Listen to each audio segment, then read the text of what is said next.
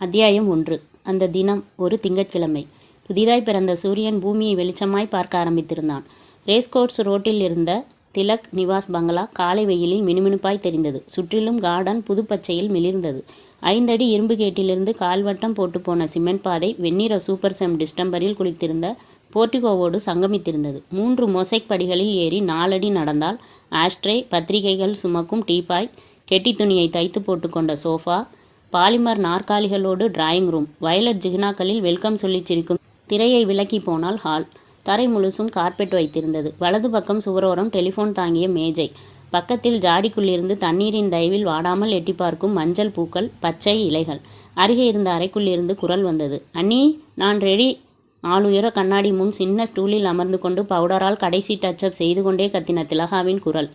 தேன் தடவின பலாச்சுளை குரல். எழுந்து கிச்சனை நோக்கி நடந்த திலகா மிதமான உயரத்தில் இருந்தாள். நிறம் ஏறக்குறைய ரோஸ். நெற்றியோரம் சிலும்பி நிற்கும் அந்த 2 முடி வளையங்களை தினமும் கண்ணாடி முன் நின்று காதோரம் வலித்து விடுவாள். கண்ணாடியை விட்டு அவள் விலகவே காதை விட்டு அதுவும் விலகிவிடும். பெருசான கண்கள் ப்ளஸ் பாயிண்ட். அதில் நிறைய காந்தம்.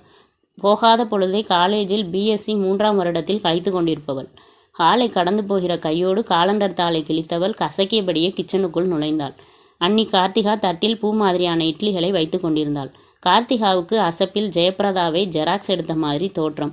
இடுப்பு வரை புரளும் கூந்தலில் அலை பாய்ந்திருந்தது. கட்டியிருக்கும் காட்டன் சில்க் புடவை துளி கசங்காமல் சமையலை முடிக்கும் கார்த்திகாவை பார்த்து திலகா நிறைய வியப்பாள் என்றால், சமையலில் அவள் ப்ரிப்பரேஷனுக்காக நிறையவே பொறாமையும் படுவாள்.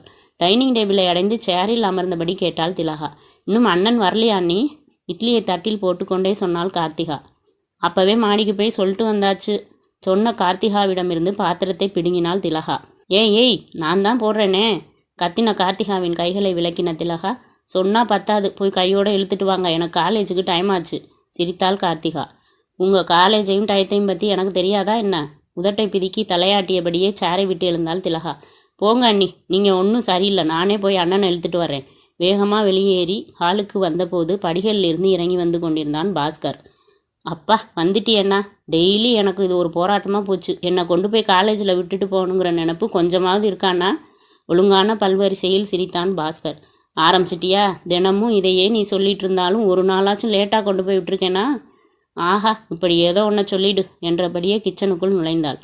பின்னாலேயே போன பாஸ்கர் கொஞ்சம் பிசகாய் நுழைந்தால் தலை நிலையில் இடி வாங்கும் அளவுக்கு வளர்ந்திருந்தான். கிரே பேண்டிலும் பிரவுன் ஷர்ட்டிலும் திணித்திருந்த அவனிடம் ஹீரோத்தனம் தெரிந்தது. பிஸ்னஸ் யோசிப்புகள் முன்புறத்தை கொஞ்சம் போல வழுக்கைப்படுத்தி இருந்தது. பணக்கார மினுமினுப்பை அச்சரம் பிசகாமல் வாங்கி வைத்திருந்தான். முன்னால் போன திலகா வெடுக்கென சேரில் அமர்ந்து கொண்டாள். அவளுக்கும் பின்னால் இட்லி பாத்திரத்தோடு நின்றிருந்த கார்த்திகாவின் கன்னத்தை நோக்கி பாஸ்கர் கையை நீட்ட கார்த்திகா அவசரமாய் மறுத்து திலகாவை கண்காட்டினாள். கண்களால் திலகாவுக்கு ஒன்றும் தெரியாது என்று ஜாடை காட்டின பாஸ்கர் அவள் கன்னப்பரப்பில் கிள்ளலாய் கை வைக்க, சென்சார் போர்டை கூப்பிடணுமா? திலகா திரும்பாமலே கேட்டதும் ஹக்கென விலகினார்கள். கார்த்திகா சிவந்து போனாள். பாஸ்கர் கம்மென எதிர்ச்சேரில் நிரம்பினான். 4-5 வில்லல்களுக்கு பின் கார்த்திகாவிடம் திரும்பினான். கார்த்திகா, என்னங்க? அப்புறமா அவுட் ஹவுஸ் பக்கம் போனால் ரங்கையாவே 11 மணி சுமாருக்கு ஃபேக்ட்ரிக்கு வர சொல்லிடுறேங்க. நாளைக்கு காலையில் அவனோட கிராமத்துக்கு போகணும்னு வேற சொல்லிட்டு இருந்தான். நினச்சா கிராமத்துக்கு போயிடுறான். இப்போ எதுக்கு போகிறானா?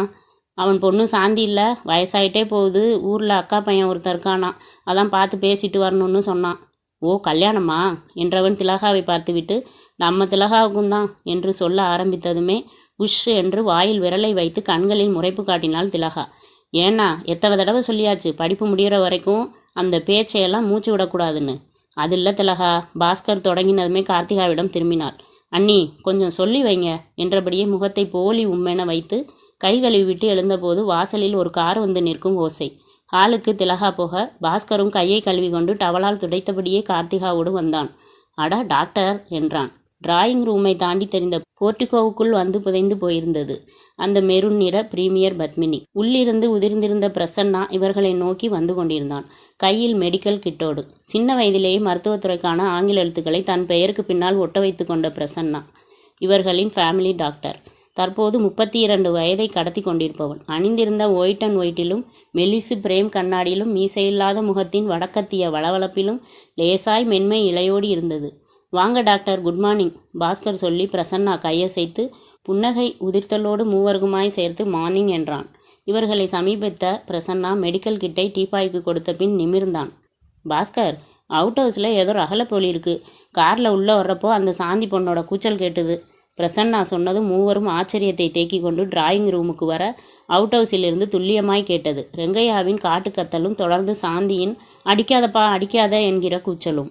துணுக்குரலோடு 4 பேருமே போர்டிகோவுக்கு வந்தார்கள். ரோஜா தோட்டத்துக்கு அந்த புறமாய் தெரிந்த சின்ன பிரவுன் டிஸ்டம்பரில் தோய்ந்திருந்த அவுட் ஹவுஸ் வாசலில் கண்களை போட பனியனும் மடித்து கட்டின வேஷ்டியுமாய் இருந்த ரங்கையா ஆவேசமாய் அந்த சாந்தியின் முடியை கொத்தாக பிடித்து கொண்டு இன்னொரு கையால் முதுகிலும் தலையிலும் மாறி மாறி அடித்தபடி போர்டிகோவை நோக்கி தரதரவென அவளை இழுத்து கொண்டு வந்தான். சாந்தி வலி தாழாமல் கதறி கொண்டிருந்தாள். கார்த்திகாவும் திலகாவும் பாஸ்கரை பார்க்க புரியாத முகத்தோடு 4 பேருமே வந்து கொண்டிருந்த ரங்கையாவை நோக்கி நடந்தார்கள். 5 அடியில் சமீபித்தார்கள். பாஸ்கர் உரத்த தொனியில் ரங்கையாவை பார்த்து கேட்டான். ரங்கையா, என்னாச்சு உனக்கு? ஏன் இப்படி சாந்தியை போட்டு மிருகத்தனமாக அடிக்கிற? 48 வயது நிறைய தலையில் பரவலாய் பெற்றிருந்த ரங்கையா கொஞ்சம் குள்ளமாயிருந்தான். கட்டம் போட்ட வெள்ளை கை வைத்த பனியன் அணிந்திருந்தான். தாடை பரப்பு பூராவும் வெள்ளையும் கருப்புமாய் குத்திட்ட முடி. நெஞ்சு கோபத்தில் ஆவேசமாய் ஏறி இறங்கி கொண்டிருந்தது. சுருக்கங்களுக்கு நடுவே உள்வாங்கியிருந்த கண்களில் பளபளப்பு. சாந்தியின் முடியை கொத்தாக பற்றியிருந்த அவனின் கை ஒரு ஆக்ரோஷமான அடியை சாந்தியின் மீது வீச இலைகுலைந்து போய் பாஸ்கரின் காலடியில் வந்து விழுந்தாள். மாநிறமாயிருந்த சாந்தி ரங்கையாவின் விளாசலில் ஏகத்துக்கு கலைந்து போயிருந்தாள். அடித்த காற்றில் முடி அங்கும் இங்குமாய் இஷ்டம் போல் அலை போட்டது. முகத்தில் அழுத வீக்கம். கண்களிலிருந்து கன்னம் வழியே கண்ணீர் வாய்க்கால்கள். மெல்ல பாஸ்கரின் காலோரமிருந்து எழுந்து விலகி நின்றாள். ரங்கையா பிசிறடிக்கும் குரலில் சொன்னான். ஐயா, இந்த கேடுகட்ட கழுதைக்கெல்லாம் காலேஜும் வேண்டாம், ஒரு இளவும் வேண்டான்னு அன்றைக்கே நான் உங்ககிட்ட சொன்னேன். நீங்கள் கேட்கல. ஏன் ரங்கையா, இப்போ என்னாச்சு? புரியாமல் பாஸ்கர் கேட்டதுமே உடைந்து போன குரலில் வீரிடலாய் சொன்னான் ரங்கையா. இப்போ இவன்கிட்ட ஏமாந்து போய் வயிற்ற ஒப்பிக்கிட்டு வந்து நிற்கிறாயா? 4 பேருமே திடுக்கிடலோடு சாந்தியை பார்த்தார்கள். தலை குனிந்து நின்றிருந்தவள் விசித்து விசித்து அழுது கொண்டிருந்தாள். அதிர்ச்சியோடு ரெங்கையாவிடம் திரும்பின பாஸ்கர் அவசரமாய் கேட்டான். யார் அந்த ராஸ்கல்? ரெங்கையா பலமாய் தலையசைத்தார். அமுக்கி, இவ்வளவு தூரம் நான் அடித்து மிரட்டி கேட்டுட்டேன். அவன் யாருங்கிறத சொல்ல மாட்டேங்கிறாயா? திரும்பி சாந்தியை பார்த்தான் பாஸ்கர். கார்த்திகாவும் திலகாவும் அவளை நெருங்கியிருந்தார்கள். கார்த்திகா ஆதரவாய் அவள் தோளில் கை போட்டாள். குரலில் கனிவு கொடுத்து கேட்டாள். சாந்தி, இங்கே பாரு, அவன் யாருன்னு பயப்படாமல் சொல்லுமா. அப்போதானே மேலே பார்த்து பேசி என்ன பண்ணலான்னு முடிவெடுக்க முடியும். தரையை பார்த்தபடி மௌனித்திருந்தாள் சாந்தி. திலகா அவள் தோள்களை பற்றி உலுக்கினாள். ஏய் சாந்தி, இதை பாரு, அண்ணா இருக்காரு, அண்ணி இருக்காங்க, தைரியமாக அவன் யாருன்னு சொல்லு. எங்கே இருந்தாலும் போய் பேசி நல்லத்தனமாக ஏதாவது பண்ணலாம், சொல்லு சாந்தி. மறுபடியும் உலுக்கினாள் திலகா. வெறும் விசித்தலை மட்டுமே வெளியிட்டாள் சாந்தி. பாஸ்கரை ஏறிட்ட பிரசன்னா சொன்னான். பாஸ்கர், நீங்கள் ரங்கையா முன்னாடி சொல்கிறதுக்கு அவளுக்கு சங்கடமாக இருக்கும்னு நினைக்கிறேன். கார்த்திகாவையும் திலகாவையும் தனியாக அழைச்சிட்டு போய் கேட்க சொல்லுங்க. மோவாயை வலுவின பாஸ்கர் சில வினாடி யோசித்த பின் கார்த்திகாவை நோக்கினான். கார்த்திகா, டாக்டர் சொல்கிறதும் சரிதான். உள்ளே கூட்டிகிட்டு போய் நீங்கள் 2 பேரும் கேட்டு பாருங்களேன். தலையசைத்தாள் கார்த்திகா. பிடிவாதமாய் நின்றிருந்த சாந்தியை இருவரும் சேர்ந்து வலுக்கட்டாயமாக நகர்த்தி போனார்கள். போர்டிகோவை கடந்து டிராயிங் ரூமை தாண்டி ஹாலுக்கு அருகாமையில் இருந்த அறைக்குள் நுழைந்தார்கள். சாந்தி சுவரோரமாய் சரிந்து குத்துக்காலிட்டு அமர்ந்து தலையை கவிழ்த்து கொண்டாள். திலகா கதவை சாத்தி தாளை தள்ளியதும் கார்த்திகா பேசினாள். இப்போ சொல்லு சாந்தி, யார் அவன்? அழுகையை மட்டுமே தொடர்ந்தாள் சாந்தி. சொல்லுமா, இவ்வளவு தூரம் கேட்குறேன் இல்லை? நெருங்கி போய் மோவாயை நிமிர்த்தி கேட்டாள். சாந்தி மேலும் மேலும் அமைதி காக்க எரிச்சல் லேசாய் குமிழியிட்டது. ஏய், கேட்குறோம்ல, வாய் திறந்து சொல்லேண்டி. தலையாட்டி மறுத்தாள் சாந்தி. ரப்பென அறைய தோன்றியது. அடக்கி கொண்டு மறுபடியும் கனிவை நிரப்பி தொடர்ந்து கேட்டார்கள். நேரம் வினாடிகளை தாரை வார்த்து கொண்டே போக கொஞ்ச நேரத்தில் தட்டென கதவை தட்டும் சப்தம். திலகா போய் கதவை திறக்க பாஸ்கரும் பிரசன்னாவும் நின்றிருந்தார்கள். பின்னால் ரங்கையா. ஏதாச்சும் சொன்னாலா? பாஸ்கர் கேட்க உதட்டை பிதுக்கினார்கள். ரங்கையா தலையாய் தட்டி கொண்டு பாவி முண்ட மறுபடியும் ஆவேசத்தோடு அவளை அடிக்க அறைக்குள் போனான். பாஸ்கர் தடுத்து பிடித்தான். விடு ரங்கையா, இப்படியெல்லாம் கேட்டால் அவள் சொல்ல மாட்டா. திலகாவுக்கும் காலேஜுக்கு டைம் ஆச்சு, நானும் ஃபேக்ட்ரிக்கு போகணும். அப்புறமா நானே அவளை கேட்குற விதத்தில் கேட்டு அவளை ஏமாத்தினவனையே பிடிச்சி தாலி கட்ட வைக்கிறது என்னோட பொறுப்பு. பாஸ்கர் சொன்னதும் சாந்தியை இழுத்து கொண்டு வெளியேறினான் ரங்கையா. பாதி தூரம் போனதும் மறுபடியும் வாய் நிறைய வசைப்பாடி தப்பென்ற அடிகளாய் அவள் முதுகில் இறக்கியபடியே அவுட் ஹவுஸுக்கு நகர்த்தி போய் உள்ளே தள்ளி கதவை படாரென சாத்தினான் ரங்கையா. அத்தியாயம் 2. கடிகாரக்குருவி எதிர் சுவரில் 7 தடவை எட்டி பார்த்து 7 தடவை கண் சிமிட்டி இனிமையாய் கத்தியது. பார்த்து கொண்டிருந்த ஃபைலை பட்டென மூடினான் பாஸ்கர். ஏர் கண்டிஷனரின் கும் தொடர் ஸ்ருதியை அப்போதுதான் அவன் செவிகள் கிரகித்தது. வலதுபுறம் தலையை திருப்பி பார்த்தான். கேர்டனால் இழுத்து மூடப்பட்ட ஜன்னல். சின்ன சலனத்தில் கேர்டன் சன்ன அசைவோடு விலக இருட்டாகி போன வானம் தெரிந்தது. பேனாவை ஸ்டாண்டில் செருகிவிட்டு டிராயரை தள்ளி மூடியபோது ஊதா நிற இன்டர்காம் டேபிளை மெல்லிய அதிர்வு பண்ணி பீங்க் பீங்க் என்றது. முதுகை முன்னுக்கு நகர்த்தி ரிசீவரை கையில் எடுத்து காதுக்கு கொடுத்து ஹலோ என்றான். குட் ஈவினிங் சார், நான் கிருஷ்ணமூர்த்தி பேசுகிறேன். மெயின்டெனன்ஸ் இன்ஜினியர் கிருஷ்ணமூர்த்தியின் கரகரக்கும் குரல் மறுமுனையில் இருந்து கேட்டது. தொண்டையை செருமின பாஸ்கர் குரலை தீட்டி கொண்டு கேட்டான். என்ன Krishnamurthy, loading session supervisor hydraulic lift வேலை செய்யலைன்னு சொன்னார், சரி பண்ணிட்டீங்களா? அது சம்மந்தமாக தான் சார் வேலை பார்த்துட்ருக்கேன். சரி பண்ணிட்டீங்களா? இன்னும் பண்ணலையா? பண்ணியிருக்கேன் சார், பட்டு லிஃப்ட் ஆயில் ரொம்ப பவர் கண்டிஷனில் இருக்குது. நம்ம ஸ்டார்டர்லேயும் ஸ்டாக் இல்லை. VG98 ஆயிலா? இல்லை சார், அது முந்தி யூஸ் பண்ணிகிட்டு இருந்தது. இப்போ அந்த கிரேடியில் வர்றதில்ல. அதுக்கு பதிலாக GG68 ரெக்கமெண்ட் பண்ணியிருக்காங்க, அதான் வேணும். ஒரு வினாடி யோசித்த பாஸ்கர், சரி ஸ்டோர் இன்சார்ஜ் ரத்தனத்தை பேச சொல்லுங்கள். ஓகே சார், இப்போதைக்கு லிஃப்ட்னாலே ஒன்றும் ப்ராப்ளம் இருக்காதே. நத்திங் சார், நாளைக்கு ஈவினிங்குள்ளே ஆயில் கிடச்சிட்டா போதும் சார். சரி வச்சிடுங்க. வைத்த 2 நிமிஷங்களில் மறுபடியும் பீங்க் பீங்க் இன்டர்காம் ஒலி. கையில் பற்றி ரிசீவரால் காதை ஸ்பரிசித்தான். ஹலோ, குட் ஈவினிங் சார், ரத்னம் பேசுகிறேன். என்னையா VG68 லிஃப்ட் ஆயில் ஸ்டாக்கில் எவ்வளவு இருக்குது?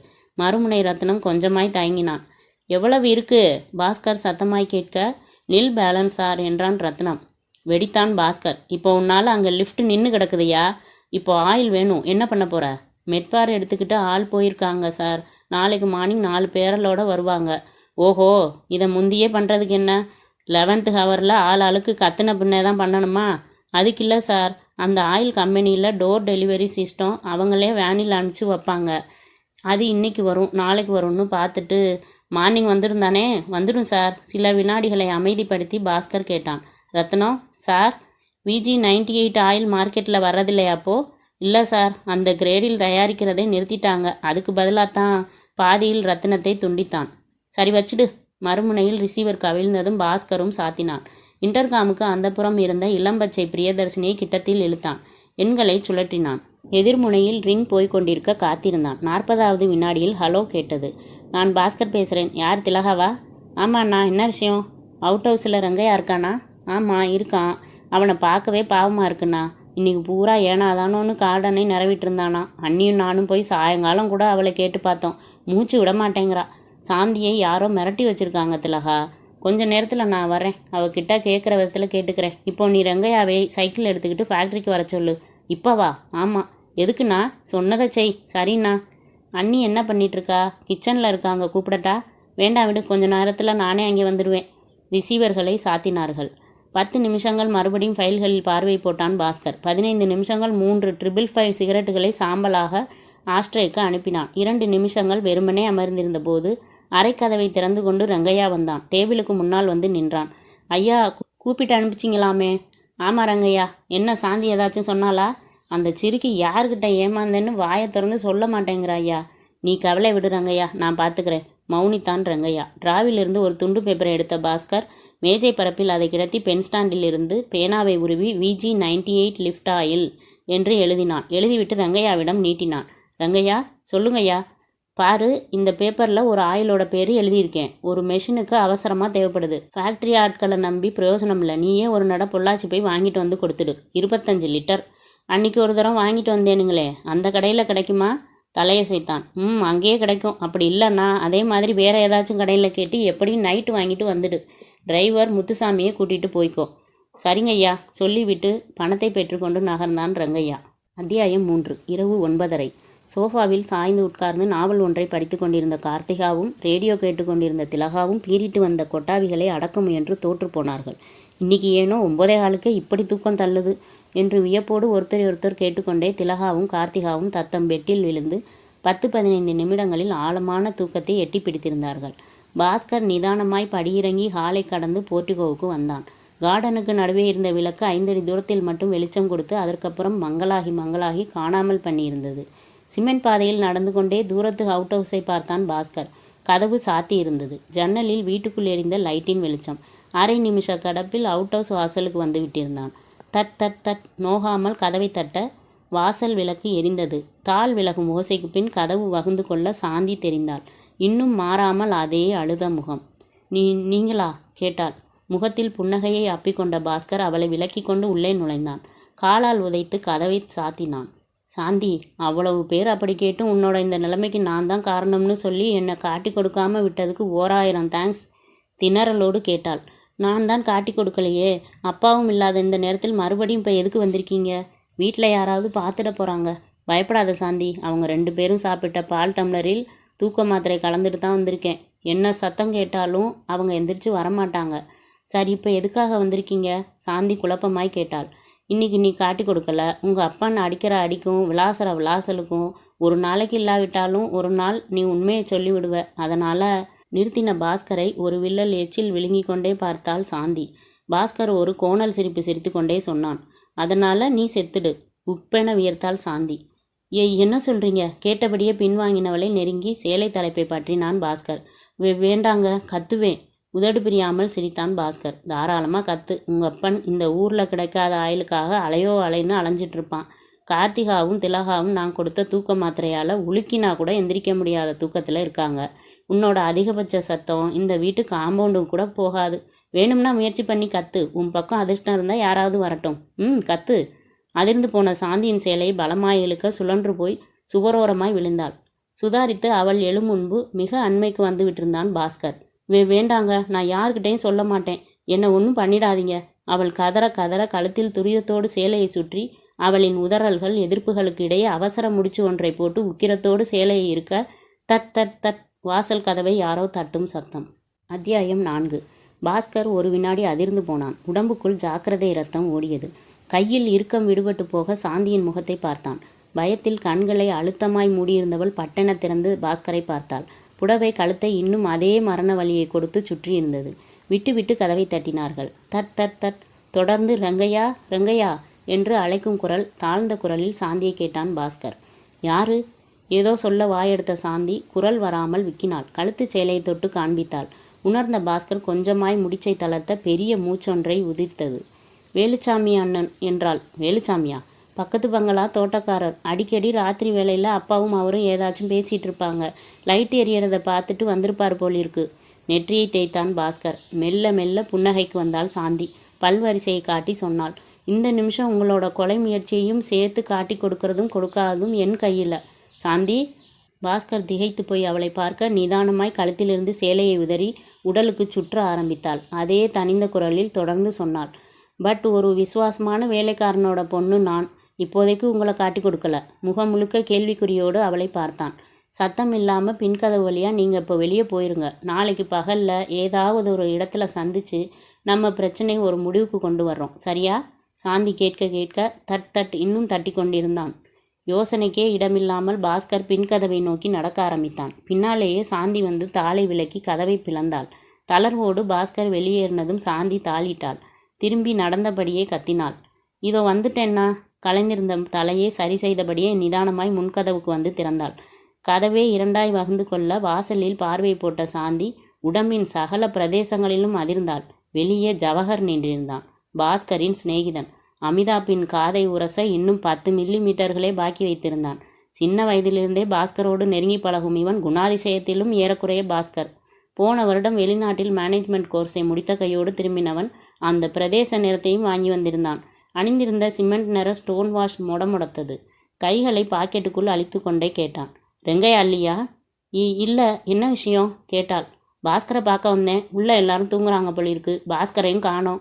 ஒருவேளை எங்கே போயிருக்கான்னு ரெங்கையாவுக்கு தெரியுமோ என்னவோன்னு கேட்கலான்னு வந்தேன். தயக்கமாய், தெரியலையே, அப்பாவும் வெளியே போயிருக்காங்க என்று சாந்தி சொல்லி கொண்டிருக்கும் போதே சிமெண்ட் பாதையில் புன்னகையோடு திரும்பவும் பாஸ்கர் வந்து கொண்டிருந்தான். சாந்தியின் நெஞ்சு மறுபடியும் தடதடக்க ஆரம்பித்தது.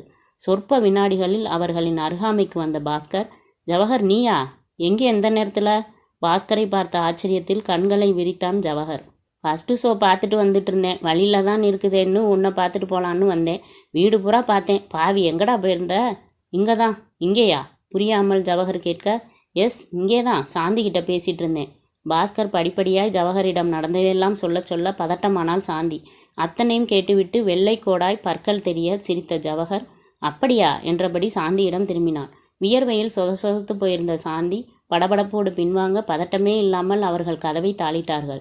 சின்ன அவுட் ஹவுஸுக்குள் ஓட்டம் காட்டிய சாந்தியை சிரமமே இல்லாமல் மடக்கினார்கள். சேலையை கழுத்தில் சுருக்கிட்டு கொத்தாக தூக்கி விட்டத்தில் கட்டிவிட கைகளையும் கால்களையும் பலமாய் உதறி துடித்தாள். சேலை கழுத்தை நெருக்க நெருக்க மூச்சு விட சிரமப்பட்டாள். குரல் வராமல் விக்கினாள். கண்கள் பிதுங்க, நாக்கு பட்டென தெறிக்க, துவண்டு போய் கடைசியில் துடிப்பெல்லாம் அடங்கி செத்து தொங்கினாள் சாந்தி. அத்தியாயம் 5. நடுநிசி 1:30 மணிக்கு அந்த பங்களா விழித்து கொண்டு காக்கி யூனிஃபார்ம்களால் பரபரத்தது. பட் பட் என்று தலையிலும் வயிற்றிலும் அடித்து கொண்டிருந்த ரங்கையா ஓய்ந்து போய் மூலையில் நின்று சாந்தியையே வெறிக்க ஆரம்பித்திருந்தான். மூக்கிலிருந்து இரத்தக்கோடுகள் மாடர்ன் நாட்டாய் வளைந்திருக்க, விழிகள் பிதுங்களுக்கு உட்பட்டிருக்க, நாக்கின் வெளித்தள்ளலில் நிறையவே விகாரப்பட்டிருந்த சாந்தியை தொங்கின நிலையில் போட்டோகிராஃபர் பல கோணங்களில் காமிராவுக்குள் அனுப்பி பின்னர் தரையில் படுக்க வைக்கப்பட்டு துணியால் மூடப்பட்டாள். கான்ஸ்டபிள்கள் கொட்டாவிகளுக்கிடையே வேலை செய்து கொண்டிருந்தார்கள்.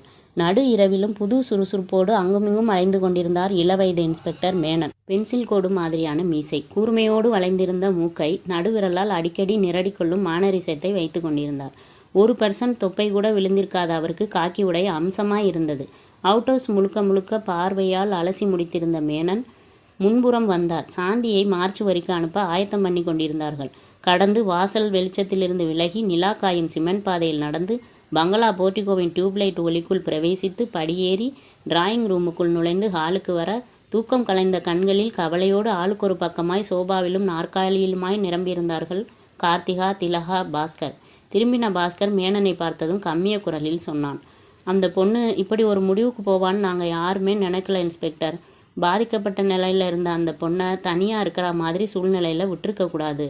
மிஸ்டர் பாஸ்கர், அந்த பொண்ணோட அப்பா பேர் என்ன? ரங்கையாவா? ஆமாம் இன்ஸ்பெக்டர். ரங்கையா தோட்டக்காரனா?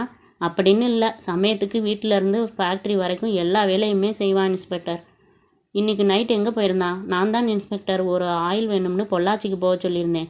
மிட் நைட்டில் திரும்பி வந்தவன் வீட்டில் பார்த்து தான் ஒரே கலைபரமாக்கத்த நான் போய் பார்த்து உங்களுக்கு ஃபோன் பண்ணியிருந்தேன். கார்த்திகாவிடம் திரும்பினார் மேனன். ஹவ் அபவுட் சாந்தி? கார்த்திகா வாயெடுக்கும் முன் திலகா சொன்னாள், இயல்பாகவே சாந்தி ரொம்பவும் ஷ்ரூட் டைப்பு இன்ஸ்பெக்டர். அவள் இப்படி ஒருத்தங்கிட்ட ஏமாந்துட்டு வந்தான்னா ஆச்சரியமாக தான் இருக்குது. சந்தேகப்படுற மாதிரி ஃப்ரெண்ட்ஸ் யாராச்சும் அவளை தேடிட்டு வந்து கவனிச்சிருக்கீங்களா? தலையாட்டி மறுத்தாள் கார்த்திகா. இல்லை இன்ஸ்பெக்டர், எனக்கு தெரிஞ்சு ஃப்ரெண்டுன்னு இவளை பார்க்க ஒருத்தருமே வந்ததில்லை. மேனன் மூக்கை நிரடிக்கொண்டே கேட்டார். யார் மேலேயாவது சந்தேகப்படுறீங்களா? மொத்தமாய் உதட்டை பிதுக்கினார்கள். பாஸ்கர் சொன்னான், அநேகமாக காலேஜில் அல்லது காலேஜுக்கு போயிட்டு வர வழியில் பார்க்குற யாரோ ஒருத்தன்கிட்ட தான் சாந்தி ஏமாந்திருப்பான்னு நான் நினைக்கிறேன் இன்ஸ்பெக்டர். சொன்ன பாஸ்கரை ஏறிட்டபடியே நெற்றியை தேய்த்த மேனன் மேலும் சில நிமிஷங்கள் சம்பிரதாயமான கேள்விகளை கேட்டபின் வெளியேறினார். கொஞ்ச நேரத்தில் மார்ச்சுவரி வேனும் போலீஸ் ஜீப்பும் ஒன்றன் பின் ஒன்றாய் நிதானமாய் கிளம்பி போய் பங்களாவை வெறிச்சாக்கின. சதீஷ் ஸ்கூட்டரை அணைத்து காலேஜ் கேட்டுக்கு எதிர்ப்புறமாயிருந்த ஆலமர நிழலுக்கு திரும்ப ஹம்மென ஓடி அவன் பிரேக்கில் காலை வைத்ததும் நின்றது. மறுகாலை தரையில் ஊன்றிவிட்டு மணி பார்த்தான். 4:40. காலேஜ் விட இன்னும் 5 நிமிடங்கள் இருக்கும்போதே நிறைய பேர் புத்தகம் சுமந்த கையோடு வெளியேறி கொண்டிருந்தார்கள். வந்து நின்ற டவுன் பஸ்களிலெல்லாம் அடைந்து அடைந்து சிரித்து சிரித்து சினிமா பற்றி பேசிக்கொண்டே போனார்கள். காலேஜே காலியானாலும் இவளுக்கு வர தெரியாதே என்று முனகி சலித்து கொண்ட சதீஷின் துல்லியமான வயது 28 வருடங்கள் 2 மாதங்கள் 10 நாட்கள். அணி லிமிடெட் தயாரிக்கும் மருந்துகளே மிகவும் தரமானவை என்று முக்கால்வாசி உண்மையையும் கால்வாசி பொய்யையும் கவர்ச்சிகரமாக கிளினிக்காய் போய் சொல்லும் மெடிக்கல் ரெப்ரசன்டேட்டிவ். பெரும்பாலும் கிரீன் நிற சர்ட்டும் கருப்பு பேண்ட்டும் அணிந்திருக்கும் சதீஷ் கடந்த 4 மாதங்களாக திலகாவை தீவிரமாய் காதலிப்பவன். தினந்தோறும் தவறாமல் இதே நேரத்துக்கு சந்திப்பவன். சீட்டில் கையூன்றி கொண்டு காத்திருந்தான். 5 நிமிஷங்கள் துளி துளியாய் கரைந்த போது 4-5 பெண்களிடம் சிரிக்க சிரிக்க பேசியபடியே காலேஜ் கேட்டோரம் பிரசன்னமானாள் திலகா. பிரகாசமாய் சதீஷ் நிமிர்ந்து மெலிதாய் ஹாரனை சப்தித்தான். அங்கிருந்தே திரும்பி பார்த்த திலகா இருங்க என்று கை காட்டினாள். மேலும் 1 நிமிஷம் இவனை காக்க வைத்து அவர்களிடம் பேசிவிட்டு தலையசைத்து விடைபெற்று கொண்டு ரோடை கிராஸ் செய்து சதீஷிடம் வந்தாள். அவன் என்று இருந்தான். நீ சரியில்லை என்றான் சதீஷ். என்ன கேட்டாள். காலேஜ் முடிஞ்சதா வந்தோமான்னு இல்லை, அங்கே பேசி இங்கே பேசி சொன்ன சதீஷின் மணிக்கட்டை உயர்த்தி பார்த்தாள். 4:46. அவனை விழாவில் இடித்து விட்டு சொன்னாள். ஒரே 1 நிமிஷத்தில் நீங்கள் என்னத்தை சாதிக்க போறீங்க சொல்லுங்க? புன்னகைத்தான் சதீஷ். சொல்ல முடியாது, செஞ்சு வேணா காட்டுறேன். சொல்லிக்கொண்டே சதீஷ் ஸ்கூட்டரை விட்டு இறங்க விலகின திலகா பதட்டமாய் உதட்டை குவித்து கண்களை விரித்தாள். ஏய், இது காலேஜ் வாசல், கிளம்புங்க முதல்ல. சிரித்து கொண்டே சதீஷ் கிக்கரை உதைவிட ஸ்டார்ட் ஆனது. ஷிஃபான் நுனியை இடுப்பில் சொருகி கொண்டு பின்னால் அமர்ந்தாள். எங்கே என்றாள். இதென்ன கேள்வி? திலகாங்கிற பொண்ணு சாயங்கால நேரத்தில் பில்லியனில் உட்காந்தா இந்த ஸ்கூட்டர் தன்னை போல பொட்டானிக்கல் கார்டனுக்கு ஓடி ரைட் சைடில் 3வது காகித பூச்செடிக்கு பின்னால் தான் நிற்கும், தெரியாதா? தெரிஞ்சதால தான் இன்றைக்கி வேறங்காச்சும் போகலான்னே. எங்கே? மறுபடியும் இடித்து முறைத்தாள். அதைத்தானே உங்களை நான் கேட்டேன். மோவாயை தேய்த்து யோசித்தான். சிதம்பரம் பார்க் தலையில் அடித்து கொண்டாள். ஐயோ, அந்த கார்டனை விட்டால் இந்த கார்டன் ஏங்க, நல்ல இடமாவே சொல்ல தெரியாதா? ஒரு ஹோட்டல், ஒரு ரெஸ்டாரண்ட், இப்படி ஏதாச்சும். என்ன கேட்டேன்னா முனியாண்டி விலாஸ் நீயே சொல்லிடு. சை என்று கூறிவிட்டு தாஸ் பிரகாஷ் விடுங்க என்றாள். சதீஷ் ஆக்சலேட்டரை முறுக்கினான்.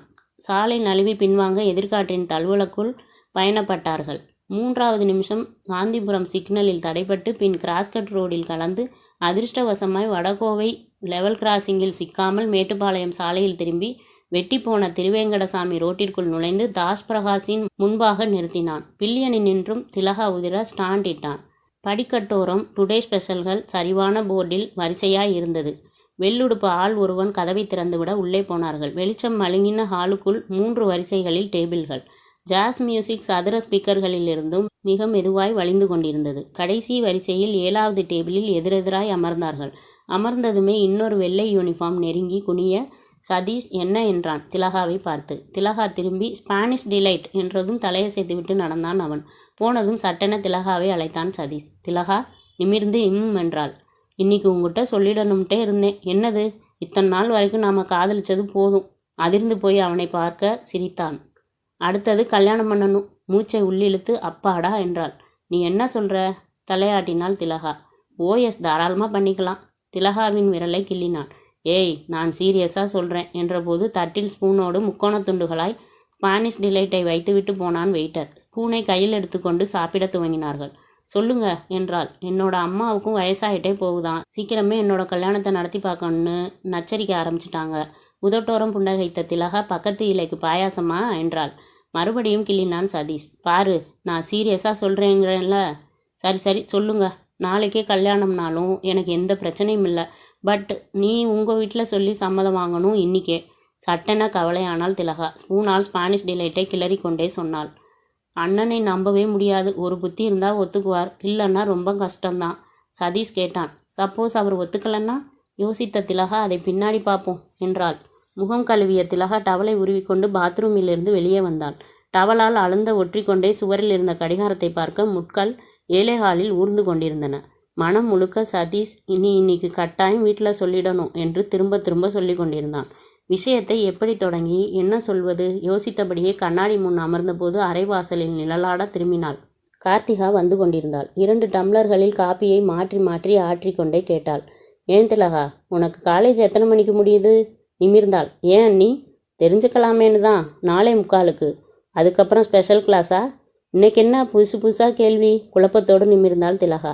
இல்லையே, அதெல்லாம் ஒன்றும் இல்லை. கார்த்திகா அவளை சமீபித்து காப்பியை நீட்ட பெற்றுக்கொண்டாள். தொடர்ந்து கார்த்திகா பேசினாள். டெய்லி நீ வீட்டுக்கு வர நேரம் 6:45 7. காலேஜ் 4:45 விட்டுடுது. பின்ன தினமும் எங்கே போகிற? முகத்தில் புன்னகை கொண்டு வந்தாள் திலகா. என்ன நீ திடீர்னு இன்னைக்கு கேள்வி மேலே கேள்வியாக போடுறீங்க? தலையாட்டி மறுத்தாள் கார்த்திகா. சிரிச்சு மழுப்பாத திலகா, எனக்கு சரியான பதில் வேணும். முகம் மாறினாள் திலகா. மறுபடியும் கார்த்திகா கேட்டாள். காலேஜ் விட்டதும் வீட்டுக்கு வராமல் எங்கே போகிற? ஃப்ரெண்டு வீட்டுக்கு. சடார் என்ன கார்த்திகா, மறுபடியும் நீ போய் சொல்கிற என்று சொன்னதும் திகைத்து போனாள் திலகா. அண்ணி. கார்த்திகா காப்பியை சுட்டி காட்டினாள். ஆறிட போகுது, குடி. மீதி காப்பியை ஒரே மூச்சாய் குடித்துவிட்டு எழுந்து வந்த திலகா சட்டென கார்த்திகாவின் கைகளை பற்றி கொண்டாள். அண்ணி, நீங்கள் தான் ஹெல்ப் பண்ணணும் குறுக்கிட்டாள் கார்த்திகா. இன்னும் என்னோட என்கொயரி முடியலையே. சொல்லு திலகா, யாரவன்? தட்டுத்தடுமாறி சொல்ல ஆரம்பித்தாள். வந்து மெடிக்கல் ரெப்ரசன்டேட்டிவ் ஒருத்தரை 4 மாதமாக லவ் பண்ணுறேனே. நல்ல டைப்பு. பாதியில் நிறுத்தின திலகா எச்சில் விழுங்கி பயம் பார்வையோடு கோபமாய் நின்றிருந்த கார்த்திகாவை பார்த்தாள். மெல்ல கேட்டாள். தப்பா அண்ணி? கார்த்திகா வெடித்து ஆமாம் தப்புதான் என்றதும் அதிர்ந்தாள். அண்ணி, பின்ன 4 மாதம் கழித்து என்கிட்ட சொல்கிறிய தப்பில்லை? அண்ணிங்கிற உறவில் நான் உங்ககிட்ட பழகிறேன். கிட்டத்தட்ட ஃப்ரெண்டு மாதிரியே பழகிற என்கிட்டே இவ்வளவு நாள் மறைச்சி வச்சுட்டிய திலகா. கார்த்திகா கேட்டதும் நிலைக்கு வந்தாள் திலகா. சாரி அண்ணி. என்ன சாரி? நாவல் புக்ஸு ஏதாச்சும் வச்சிருப்பியோன்னு உன்னோட அலமாரியில் தேடிட்டு இருக்கப்போ தற்செயலாக அந்த ஃபோட்டோ கிடைக்க நான் உன்னை கேள்வி மேல் கேள்வி கேட்க சிரித்தாள் கார்த்திகா.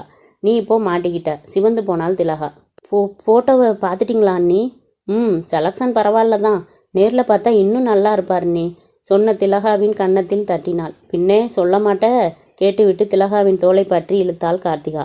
இப்படி ஏதாவது விவகாரமாக தான் இருக்குன்னு யூகிச்சு சாயங்காலமே ஸ்வீட் பண்ணினேன். வா சாப்பிடலாம்.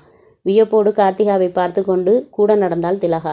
அரை மணி நேரம் கழித்து ஆபீஸிலிருந்து பாஸ்கர் வந்தான். திலகா தன்னுடைய அறைக்குள் நுழைந்து கொள்ள கார்த்திகா மட்டும் உள்ளே போனாள்.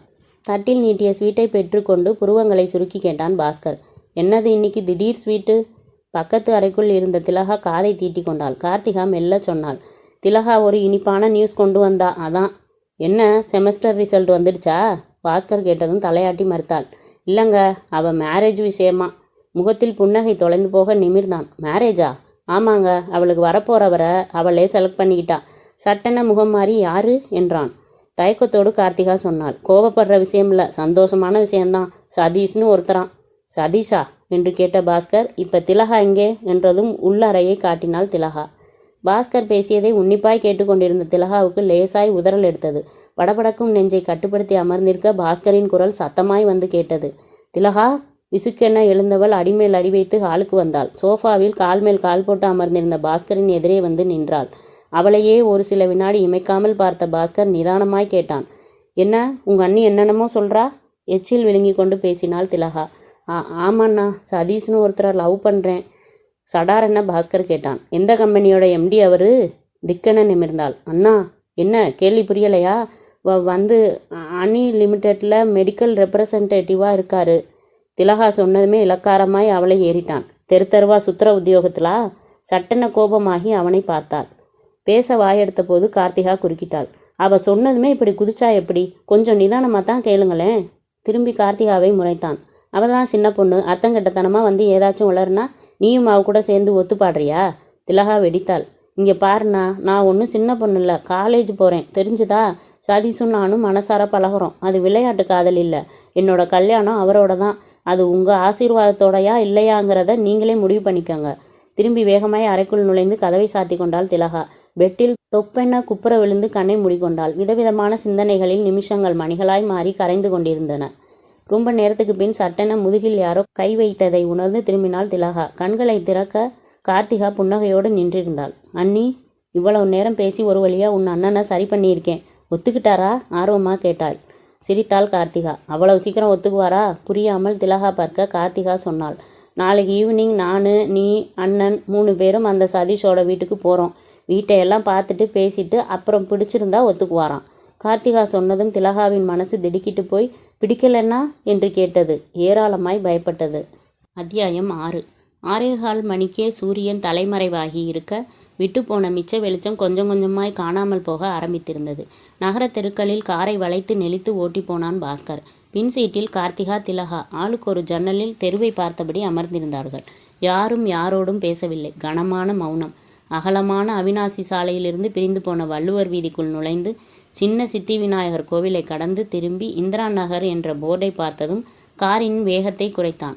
திரும்பி திலகாவை பார்த்து இதானே என்றான். தலையசைத்தாள் திலகா. இதான்னா? அதோ அங்கே தெருக்குழாய் இருக்கே, அதுக்கு பக்கத்து வீடுதான். காரை மெல்ல அந்த குழாயடியை நோக்கி நகர்த்தி போனான். நின்றிருந்த 5-6 சேலைகளும் தாவணிகளும் சண்டை போடாமல் தண்ணீர் பிடித்து கொண்டிருந்தன. நடு ரோட்டில் விளையாடி கொண்டிருந்த அரை டிராயர்கள் ஹாரன் அடித்த பின் குபீரென விலகினார்கள். இந்த வீடு தான்னா? திலகா சொன்ன வீட்டோரமாய் கொண்டு போய் நிறுத்தி காரை அணைத்தான். வீதியோடு ஒட்டி 2 அடி உயரத்துக்கு படிக்கட்டுகள் எழுந்திருந்தது. கம்பி போட்ட கதவுகளில் ஒன்று திறந்து ஒன்று மூடியிருக்க கார் ஓசை கேட்டே மூடியிருந்த கதவையும் வந்து திறந்து ஒரு சந்தோஷமான புன்னகையோடு நின்றான் சதீஷ். பின்னாலேயே வந்திருந்த அவன் அம்மா கைகூப்பி வாங்க என்றாள். 40 வயது, வெறும் நெற்றி, 2 சுருக்கங்களை மட்டும் பெற்றிருந்தது. அணிந்திருந்த வெள்ளை புடவையை தோளில் போர்த்தியிருந்தாள். மூக்கில் கண்ணாடி இறங்கியிருந்தது. திலகாவும் கார்த்திகாவும் படியேறி உள்ளே போக மாறின முகத்தோடு நுழைந்தான் பாஸ்கர். சின்னதான முன்னரையில் 3 நாற்காலிகள் வரிசையாய் கிடந்தது. சுவரில் வெல்கம் சொல்லி கை குவிக்கும் முக்காடு போட்ட பெண் பொம்மை. ஜன்னல் திட்டில் பாதி எரிந்த கொசுவர்த்தி சுருள் ஸ்டாண்டோடு இருந்தது. Please seated. சதீஷ் உட்கார சொன்னதும் அமர்ந்தான். எதிர்ச்சாரில் நிரம்பிக் கொண்ட சதீஷ் பேசினான். திலகா, நீங்கள் இங்கே வர்றதா சொன்னதும் ஒரே ஆச்சரியம். பிரச்சனை இவ்வளவு ஈஸியாக முடியும்னு நான் நினைக்கவே இல்லை. பாஸ்கர் ஒன்றும் பேசாமல் இருந்தான். சதீஷின் அம்மா தட்டில் மிக்சரையும் காப்பியையும் கொண்டு வந்து வைக்க பட்டென பாஸ்கர் தொடங்கினான். இதோ பாருங்கம்மா, இதுக்கெல்லாம் நேரம் இல்லை. திலகா இந்த மாதிரின்னு சொன்னதால் நேரில் பார்த்து தெரிஞ்சுக்கலான்னு வந்தேன். நறுக்கென தெரித்த மாதிரி பாஸ்கர் பேசியதும் முகம் கருப்படிக்க நிமிர்ந்தார்கள் சதீஷும் அவன் அம்மாவும். திலகாவும் கார்த்திகாவும் முன்னரைக்கு வர அதை காட்டிக்கொள்ளாமல் பாஸ்கரிடம் திரும்பினாள் சதீஷின் அம்மா. நிதானமாய் சொல்லுங்க தம்பி என்றாள். மறுபடியும் அதே வெடுக்கோடு நான் சொல்கிறதுக்கெல்லாம் எதுவும் இல்லை. உங்கள் குடும்பத்தை பற்றி எனக்கு தெரியணும். சதீஷ் ஏதோ பேச வர கையை மறுத்தினாள். புடவை தலைப்பை சரிப்படுத்தி கொண்டு பேச துவங்கினாள். பேச பேச இதழ்களில் பிடிவாதமாய் ஒரு புன்னகை ஒட்டி கொண்டிருந்தது. தம்பி, எங்கள் குடும்பமெல்லாம் தஞ்சாவூர் பக்கம். நிலப்புலனெல்லாம் குத்தகை எடுத்து பார்த்துக்கிட்டு இருந்தோம். ஒளிவு மறைவெல்லாம் எனக்கு பிடிக்காது. சொத்துன்னு பெருசாக எதுவும் இல்லை. இவங்க அப்பா விவசாயத்தை விட்டுட்டு இந்த ஊருக்கு வந்து பற்ற ஆரம்பித்து இவனை படிக்க வச்சதால் குடும்பம் கொஞ்சம் தலை தூக்கி இருக்கு. ஊரிலே முறை பொண்ணுங்க 4-5 ரெடியாக இருக்குது. இருந்தாலும் சதீஷுக்கு உங்கள் தங்கச்சி மேலே தான் இஷ்டம். பேச்சை நிறுத்திவிட்டு பாஸ்கரை பார்த்து மிக்சரும் காப்பியும் எடுத்துக்கங்க என்றாள். டம்ளரை எடுத்த பாஸ்கர் பக்கத்து டம்ளருக்கு காப்பியை மாற்றி பாதியாய் குறைத்து கொண்டு உறிஞ்சினாள். கார்த்திகாவும் திலகாவும் பாஸ்கரின் முகத்தையே பார்த்து கொண்டு தங்கள் பங்குக்கு வைத்த காப்பி டம்ளர்களை எடுத்துக்கொண்டு உறிஞ்சினார்கள். பாஸ்கர் இறுக்கமான 5 நிமிஷ கலியலுக்கு பின் எழுந்தான். சதீஷையும் அவன் அம்மாவையும் பார்த்து வரேன் என்று சொல்லிவிட்டு படியிறங்கி காருக்கு வந்தான். வேகமான நடை, சிரிப்பை மறந்த முகம். தொடர்ந்து கார்த்திகாவும் திலகாவும் வெளியேறி வந்தபோது இக்னிஷனை உசுப்பி காரை ஸ்டார்ட் பண்ணி அமர்ந்திருந்தான். அவர்கள் பின் சீட்டில் பரவி கொண்டதும் நகர்த்தினான். பின்பு வேகமெடுத்து சாலையையும் வீடுகளையும் பின்புறமாய் நழுவவிட்டு ஓடியது மௌனமான கார் ஓட்டம். 10-15 நிமிடங்களில் பங்களா போர்ட்டிகோவில் உதிர்ந்தார்கள். காரின் கதவை அரைந்து சாத்தின பாஸ்கர் உள்ளே நுழைந்து சோபாவில் தன்னை சரித்து கொண்டான். திரும்பி பார்த்து கூப்பிட்டான், திலகா. மௌனமாய் அறைக்குள் நுழையப்போன திலகா நின்றாள். திரும்பி நடந்து பாஸ்கரை நெருங்கினாள். கார்த்திகா கதவோரமாய் நின்று பார்த்தாள். பாஸ்கர் பளிச்சென்று சொன்னான், நாளையிலிருந்து நீ காலேஜுக்கு போக வேண்டாம். திடுக்கிடலாய் நிமிர்ந்து அண்ணா என்றாள். உன்னோட கல்யாண ஏற்பாடையெல்லாம் ஆரம்பிக்கணும். சட்டென மனசுக்குள் சந்தோஷம் பிரவாகம் எடுக்க பாஸ்கரை பார்த்தவள் மறுகணமே பொடி பொடியானாள். அவன் இறுகி போன முகத்தோடு சொன்னான், மாப்பிள்ளை சதீஷ் இல்லை, ஜவஹர். கார்த்திகாவும் திக்கென நிமிர்ந்தாள். என்ன சொல்கிறீங்க நீங்கள்? அவன்தான் நம்ம திலகாவுக்கு தகுதியானவன். தவிர 2-3 தடவை திலகாவை விரும்புகிறதா என்கிட்ட வெளிப்படையாக சொல்லியும் இருக்கான். என் மனசுலேயும் ரொம்ப நாளாக அந்த எண்ணம் இருக்குது. சொல்லிவிட்டு விடுவிடவென மாடிப்படி ஏறி சென்று விட்டான் பாஸ்கர். அத்தியாயம் 7. காலை 11 மணி. தாமு நகரில் இருந்த அந்த பிரதான சாலை மும்முரமான போக்குவரத்தில் இருந்தது. ஆகாயம் பூராவும் மேகங்கள் நிரம்பி வெயிலை வடிகட்டி கீழே அனுப்பி ஜனங்களின் கண்களை உறுத்தாமல் இருந்தது. நிறைய பொய்பேசி ஒரு வயிற்று வலி மருந்துக்கு கணிசமான ஆர்டரை ராமநாதன் மெடிக்கல் ஷாப்பிலிருந்து வாங்கி கொண்ட சதீஷ் உற்சாகத்தோடு பிரீஃப்கேஸை சுமந்து கொண்டு கீழே இறங்கினான். போதும், இன்னைக்கு நினச்ச டார்கெட் ஆர்டர் வந்தாச்சு, வீட்டுக்கு கிளம்பலாம் நினைத்து கொண்டே நடந்தவனை அவனுக்கு பின்புறமாய் வந்து நின்ற கார் ஹாரனிட்டு கூப்பிட்டது. பீங்க். திரும்பினான். இரத்த சிவப்பான அந்த ஸ்டாண்டர்டு கார் நின்றிருந்தது. குனிந்து காருக்குள் பார்த்தான். பாஸ்கர் சிகரெட் புகையோடு தெரிந்தான். ஹலோ, நீங்களா? Thank God. நானே உங்களுக்கு ஃபோன் பண்ணணும்னு நினச்சிட்டு இருந்தேன். திலகா இன்னைக்கு காலேஜுக்கு வரல, லீவா? மிஸ்டர் சதீஷ். எஸ். உங்கள் கூட கொஞ்சம் பேசணும். பேசுங்க. காரில் ஏறி உட்காருங்க, போய்கிட்டே பேசலாம். சாரி, உங்களோட முடிவு என்னன்னு தெரிஞ்சுக்காமல் நான் உங்கள் காரில் ஏற முடியாது. முதல்ல உங்கள் முடிவை சொல்லுங்கள். அடுத்த மாதம் கல்யாணம். பாஸ்கர் சொல்ல பிரகாசமானான் சதீஷ். சந்தோஷப்பட்டுடாதீங்க சதீஷ். கல்யாணம் என்னோட ஃப்ரெண்டுக்கும் திலகாவுக்கும். இன்விடேஷன் வரும். அட்சதையை போட்டு ஆசீர்வாதம் பண்ண அவசியம் வந்துடணும். சதீஷ் அதிர்ந்து போய் பாஸ்கரையே பார்த்தான். திலகா அதுக்கு ஒத்துக்கிட்டாளா? ஒத்துக்காமலா கல்யாணம் பண்ணுவேன்? பொய், நான் நம்ப மாட்டேன். அவளை என் முன்னாடி நிற்க வச்சு அவள் வாயால் என் காதுபட சொல்ல வைங்க பார்க்கலாம். அதெல்லாம் அனாவசியம். கிராமத்தில் உனக்கு 4-5 முறப்பொண்ணுங்க இருக்கிறதா நேற்றுக்கு உங்கள் மதர் என்கிட்ட சொன்னாங்க. அவங்களாம் யாராவது ஒருத்தையை கூட்டிக்கிட்டு ஒழுங்காக குடும்பம் நடத்து. கல்யாண செலவுக்கு பணம் வேணும்னா என்கிட்ட கேளு, தரேன். உன்னோட பணம் யாருக்கு வேணும்? திலகா நிச்சயமாக இந்த கல்யாணத்துக்கு ஒத்துட்ருக்க மாட்டா. பாஸ்கர் முகம் மாறி பேசினான். சரி, அவள் இஷ்டம் இல்லாமல் தான் நடக்குது. அதுக்கு என்ன பண்ணணுங்கிற? உன் கூட இவ்வளோ தூரம் நான் பேசிகிட்டு இருக்கிறதே தப்பு. ஆட்காட்டி விரலை நீட்டி சொன்னான் பாஸ்கர். இதை பாரு சதீஷ், மரியாதையாக திலகாவை விட்டு ஒதுங்கிடு. அவளை கட்டிக்கலான்னு கனவு காணாத. ரத்தம் உஷ்ணமாக நிமிர்ந்தான் சதீஷ். காதின் மடல்கள் ஆரஞ்சு வர்ணத்துக்கு போயிற்று. இந்த மாதிரி மிரட்டல்லாம் என்கிட்ட வேண்டாம் பாஸ்கர். திலகா கழுத்தில் தாலி கட்ட போகிறது நான் தான். அட்சதையை வீசி ஆசீர்வாதம் பண்ண போகிறது நீ தான். இதை மனசில் வச்சுக்கிட்டு காரை நகர்த்து. You bastard. கத்தியபடி விசுக்கென காரிலிருந்து வெளியே எழுந்து ஆத்திரத்தோடு சதீஷ் சட்டு காலரை பற்றி கசக்கினான் பாஸ்கர். பற்றிய கையை தட்டிவிடாமல் சதீஷ் சொன்னான், இதை பாரு, உன்னோட பணம் காரெல்லாம் பார்த்து பயப்படுறவன் இல்லை நான். மரியாதையாக சொல்கிறேன், என் சட்டையிலேருந்து கையெடு. சதீஷ் போட்ட சத்தத்தில் ரோட்டில் நடந்து போனவர்கள் சட்டென நின்று பார்க்க பாஸ்கர் இன்னும் ஆத்திரமானான். என்னை பற்றி உனக்கு தெரியாது சதீஷ். தெரியுமே, நீ ஒரு பணக்கார ரவுடின்னு. டேய். ஆத்திரத்தை கையில் செலுத்தி வீச பளீரென ஆக்ரோஷமான அறையாய் சதீஷின் கன்னத்தில் இறங்கியது. எதிர்பாராத அந்த அறையில் நிலைகுலைந்த சதீஷ் உக்கிரத்தோடு பாஸ்கரின் கழுத்தை கையில் நெட்டி தள்ளி வலது கையை ஓங்கினான். You rascal. கூடியிருந்த கும்பலில் இருந்தவர்களில் 2-3 பேர் ஓடி வந்தார்கள். பார்த்துட்டு சும்மா நிற்கிறீங்களே, பிரித்து விடுங்கப்பா என்றபடி இருவரையும் நெருங்கி பிடித்தார்கள். திமிரி போய் 2 பேரும் குத்தும் அடியும் விட போலீஸ் குடையின் கீழ் நின்றிருந்த டிராஃபிக் கான்ஸ்டபிள் கும்பலை பார்த்து ஓடி வந்து கூட்டத்தை விலக்கி 2 பேரையும் பிடித்து விட்டார். ஏன் சார், பார்க்க டீசெண்டாக இருக்கீங்க, இப்படி ஒரு ரோட்டில் அடிச்சுக்கிட்டு உருமினான் சதீஷ். ராஸ்கல், கை நீட்டி அரைஞ்சிட்டல்ல, சும்மா விட போகிறதில்ல உன்னை. என்னடா பண்ணுவ? மறுபடியும் பாஸ்கர் கத்தி கொண்டு வர டிராஃபிக் கான்ஸ்டபிள் 2 பேர்களையும் தடுத்து திரும்பினார். விடுங்க சார், நீங்கள் காரில் ஏறி போங்க. ஏயா கும்பல் போடுறீங்க? போங்க. வலுக்கட்டாயமாய் அவனை உள்ளே தள்ள இக்னிஷனை உசுப்பி விற்றென பறந்தான். கூட்டம் கரைய ஆரம்பிக்க புள்ளியாகி கொண்டே போன காரையே நின்று இமைக்காமல் முறைத்தான் சதீஷ். மனசுக்குள் ஒரு ஆத்திர புயல் மையம் கொண்டு திணறியது. அத்தியாயம் 8. நாள் பூராவும் கவிழ்ந்தே கிடந்தாள் திலகா. நிறைய அழுதிருந்தாள். சாப்பிட ரொம்பவும் அடம்பிடித்தாள்.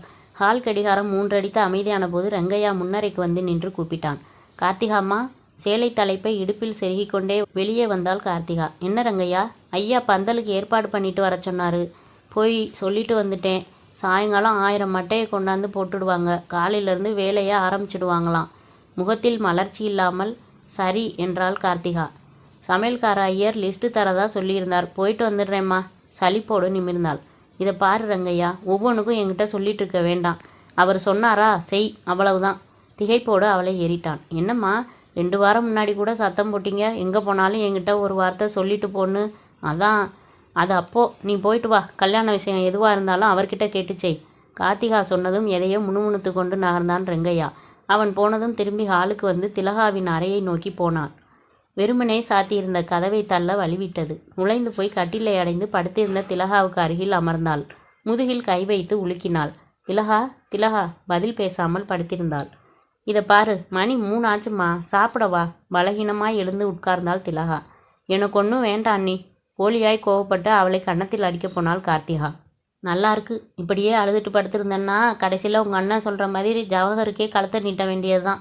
அண்ணி ஆச்சரியமாய் பார்த்தாள். பின்ன என்ன, வா வந்து சாப்பிடு, இனிமே என்ன பண்ணலான்னு யோசிக்கலாம். மறுபடியும் உலுக்கினாள். மசன்னு படுத்துட்டு இருக்காம எந்திரி. திலகா எழுந்தாள்.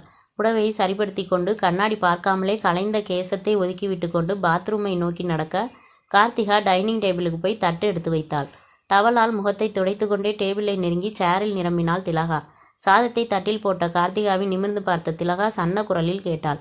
அண்ணனை மீறி என்னால் என்ன பண்ண முடியும்னே? கார்த்திகா நிதானமாய் சொன்னாள். சதீஷ் உங்ககிட்ட சொன்ன மாதிரி 2 பேரும் திருப்பதிக்கு போய் யாருக்கும் தெரியாமல் மேரேஜ் பண்ணிக்கிறது தான் ஒரே வழி. ஒரு வில்லல் சாதத்தை வாயில் போட்டுக்கொண்டு பேசின கார்த்திகாவை பார்த்தாள் திலகா. அவள் தொடர்ந்தாள். உங்கள் அண்ணன் இருக்கிற தீவிரத்துக்கு நீ இப்படி மந்தமாக இருக்கிறது சரியில்லை. இப்போவே வேணுங்கிற ட்ரெஸ்ஸு அது இதெல்லாம் பேக் பண்ணு. சாயங்காலம் 2 பேருமா சதீஷை பார்த்து அவரையும் புறப்பட சொல்லலாம். நைட்டே கிளம்புங்க. நாளைக்கு விட்டால் நாளன்னைக்கு ஒரு நல்ல முகூர்த்தம் இருக்குது. குறுக்கிட்டாள் திலகா. நீங்களும் வர முடியாதா அண்ணி? தலையில் அடித்து கொண்டாள் கார்த்திகா. நான் உன் கூட வந்துட்டா வேலிக்கு ஓனான் சாட்சின்னு ஆகிடும். நான் இங்கேயே இருக்கேன். உங்கள் அண்ணன் கொதிக்கிற கொதிப்புக்கு சமாதானப்படுத்த ஆள் வேண்டாமா? லேசாக உதறலாத்தான் இருக்குது அண்ணி. திலகாவின் கன்னத்தை தட்டினாள் கார்த்திகா. இப்படி பயப்பட்டீன்னா கடைசியில் அந்த ஜவஹருக்கு கழுத்தை நீட்ட வேண்டியதுதான். சீக்கிரம் சாப்பிட்டு ட்ரெஸ்ஸையெல்லாம் எடுத்து வை. வேணுங்கிற நகையை கேளு, தர்றேன். கார்த்திகா சொல்லி கொண்டிருந்த அதே நேரம் மெலிதாய் அரைவாசலில் கைத்தட்டல் எழுந்தது. ஹக் என அதிர்ந்து இருவரும் திரும்பி பார்க்க பாஸ்கர் நின்றிருந்தான். கதவுக்கு சாய்ந்து கைகளை தட்டி கொண்டிருந்தான். திலகா குளறினாள். அண்ணா, நாளன்னைக்கு வர்ற முகூர்த்தத்தில் திருப்பதியில் மேரேஜை முடிச்சுக்கலான்னு உங்கள் அண்ணி சொல்லிட்டு இருந்த அந்த நிமிஷமே வந்துட்டேன். எகத்தாளம் காட்டும் புன்னகையை சிந்தியபடி உள்ளே நுழைந்தான் பாஸ்கர். அத்தியாயம் 9. 2 பேருமே அதிர்கிற இருதயங்களோடு வந்து கொண்டிருந்த பாஸ்கரையே பார்க்க அவன் அருகாமைக்கு வந்து நின்றான். கையில் எடுத்த வில்லலை அப்படியே நிறுத்தியிருந்தாள் திலகா. தவம் இருந்தாலும் கிடைக்காத அண்ணி இல்லை திலகா. பதில் சொல்ல தோன்றாமல் அமர்ந்திருந்தாள் திலகா. உதட்டு விளிம்பில் சிரித்துவிட்டு பாஸ்கர் சொன்னான். நடுரோட்டில் வச்சு உன்னோட சதீஷை நான் விட்ட அறைக்கி இனி நீ கையை பிடிச்சி இழுத்தாலும் வரமாட்டான் அவன். சடாரென திலகா திரும்பி அண்ணா என்றாள். வழியில் பார்த்தேன். ஜவஹருக்கும் உனக்கும் நடக்க இருக்கிற கல்யாணத்தை பற்றி சொன்னேன். லேசாக எகிர்னா. மூஞ்சி முகரையெல்லாம் பிஞ்சிட்டு போகிற மாதிரி அடிச்சிட்டு வந்துட்டேன். ஓரடி முன்னால் வந்தாள் கார்த்திகா. குரலில் கொஞ்சம் தைரியத்தை கலந்து கொண்டாள். ஏன் இப்படியெல்லாம் நடந்துக்கிறீங்க? கார்த்திகாவின் பேச்சை பாதியிலேயே அமர்த்தினான். மாறின முகத்தோடு பேசினான். இதோ பாரு, உங்கள் 2 பேருக்குமே சொல்கிறேன். இனி ஒரு தடவை இதே மாதிரி விரும்புகிற வாழ்க்கை, திருப்பதியில் கல்யாணம், அப்படி இப்படின்னு பேசிகிட்டு இருந்தீங்கன்னா அப்புறம் நான் மனுஷனாக இருக்க மாட்டேன் சொல்லிட்டேன். திரும்பி நடந்த பாஸ்கர் கதவருகே போனதும் மறுபடியும் திரும்பி சொன்னான். இவன் பாட்டுக்கு ஃபேக்ட்ரிக்கு போயிடுவான். 6 அமரை பிளான் பண்ணி ஓடிடலான்னு கனவு கண்டுட்டு இருக்க வேண்டாம். இந்த வினாடியிலேருந்து ஜவஹருக்கும் உனக்கும் மேரேஜ் முடிகிற வரைக்கும் நான் வீட்டை விட்டு அசைய போகிறதில்ல. பாஸ்கர் பேச பேச பின்புறமாயிருந்து குட் ஈவினிங் பாஸ்கர் குரல் கேட்க பேசுவதை நிறுத்திவிட்டு பின்னால் திரும்பி பார்த்தான். புன்னகையோடு பிரசன்னா. பதிலுக்கு லேசாய் சிரித்தான் பாஸ்கர். என்ன டாக்டர் திடீர்னு? உங்கள் மிஸ்ஸஸ் கார்த்திகா ஃபோன் பண்ணியிருந்தாங்க, கொஞ்சம் ஃபீவரிஸாக இருக்குன்னு. பழைய சிரிப்பை சிந்திய பாஸ்கர் சொன்னான். இருக்கும், கார்த்திகா திலகா 2 பேருக்குமே உடம்பு மனசு எல்லாமே சரியில்லாமல் தான் இருக்கும். பார்த்து சரி பண்ணுங்க டாக்டர். என்ன சொல்கிறீங்க பாஸ்கர்? பிரசன்னா புரியாமல் கேட்க, திலகாவுக்கு நடக்கிற கல்யாண ஏற்பாடெல்லாம் தெரியுமில்ல உங்களுக்கு? தலையசைத்தான். தெரியும். நீங்களே சொல்லுங்கள் டாக்டர். என்னோட ஃப்ரெண்டு ஜவஹருக்கு என்ன குறைச்சல்? MBA படிச்சிருக்கான், ஒரு நல்ல டெசிக்னேஷனில் இருக்கான். திலகா அவனுக்கு மனைவி அமைஞ்சா எனக்கு ரொம்பவும் ப்ரெஸ்டீஜியஸாக இருக்கும். இந்த நல்ல சம்பந்தத்தை விட்டுட்டு சதீஷ்னு எவனோ பஞ்சப்பைய மெடிக்கல் ரெப்பாக கடையாக ஏறி அலையிற உத்தியோகத்தில் இருக்கிற ஒருத்தனை தான் கட்டிக்குவேன்னு சொல்கிறது என்ன நியாயம் டாக்டர்? எல்லா காதலுமே தூரத்திலிருந்து பார்க்குறப்போ ஒரு சொர்க்கமாக தான் தெரியும். பக்கத்தில் போய் அதை அனுபவித்து பார்த்தா தான் அது ஒரு நரகம்னு புரியும். பிரசன்னா திலகாவை ஏறிட்டான். என்ன திலகா, அண்ணன் உனக்கு கெடுதலையா பண்ணுவார்? ஜவஹருக்கு என்ன குறைச்சல்? டாக்டர். திலகா அவனை ஏறிட்டான். எஸ், நீங்கள் எங்களுக்கு ஃபேமிலி டாக்டராக இருக்கலாம், அதுக்காக எங்கள் ஃபேமிலி மேட்டர்ஸில் தலையிடணும்னு அர்த்தம் இல்லை. சாரி.